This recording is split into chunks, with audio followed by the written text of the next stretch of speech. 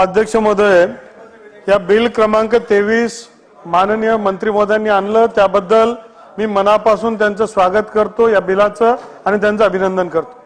अध्यक्ष महोदय, हा अनेक वेळा अशा प्रकारचं बिल आणलेलं आहे, अशा प्रकारची आपण त्यांना मुदतवाढ देखील दिली।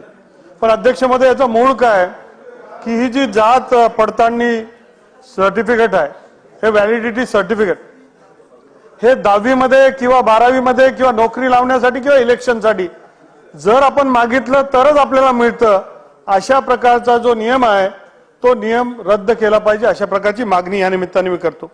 अध्यक्ष महोदय, खरं तर माझ्या सहकारी मित्रांनी सांगितलं की एखाद्याच्या वडिलांकडे सर्टिफिकेट असेल तर ब्लड रिलेशनला तात्काळ सर्टिफिकेट मिळालं पाहिजे आणि त्याच्या बर्थ सर्टिफिकेट मध्ये या प्रकारचा कॉलम होऊन त्याला त्याच्यामध्ये एडिशन झालं पाहिजे।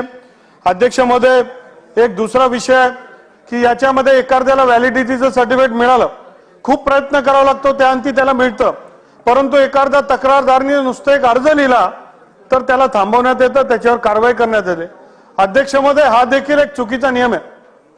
अध्यक्ष महोदय, कोणाचं व्हॅलिडिटी सर्टिफिकेट असेल आणि त्याच्यावर जर हरकत असेल तर प्रूफ सहित काय कागदपत्र अधिकचे असतील तर त्याच्या सहित त्यांनी कंप्लेंट केलं तरच त्याला ग्राह्य धरलं गेलं पाहिजे, अशा प्रकारची मागणी। अन्यथा ब्लॅकमेलिंगला त्याच्या माध्यमातून वाव मिळतो। आधीच अगोदर घाई असते, कमी वेळ असते, जास्ती लोक असतात आणि कोणीतरी जर अडथळा केला तर त्याच्याबरोबर मांडवली करावं लागते, त्याच्यावर बसावं लागतं आणि मग त्याच्या माध्यमातून मार्ग निघत असतो। या विषयाच्या संदर्भात देखील याच्या माध्यमातून मार्ग निघाला पाहिजे। अध्यक्ष महोदय, सुदैवाने आज दुपारीच राज्याचे लोकप्रिय मुख्यमंत्री महोदयांनी या संदर्भात बैठक घेतली होती आणि त्या संदर्भात काही विधायक सूचना त्यांनी दिल्या आहेत आणि त्याच्या माध्यमातून त्यांनी काही नवीन नियम करण्यासंदर्भातही सांगितलं। अध्यक्ष महोदय, माझी मागणी आहे, या राज्यामध्ये जो ज्या समाजामध्ये जन्म घेतो त्याचा काय मूलभूत अधिकार आहे, त्याचा काय अधिकार आहे, तो जन्मसिद्ध अधिकार आहे, त्याला मिळालाच पाहिजे। अध्यक्ष महोदय, या सर्टिफिकेटसाठी तो का कार्यालयामध्ये जाईल, का मागणी करेल, का सर्टिफिकेटसाठी अर्ज करेल? जो त्याचा कास्ट आहे तो त्याला मिळालाच पाहिजे आणि म्हणून जन्म सर्टिफिकेट बरोबर मिळालं पाहिजे।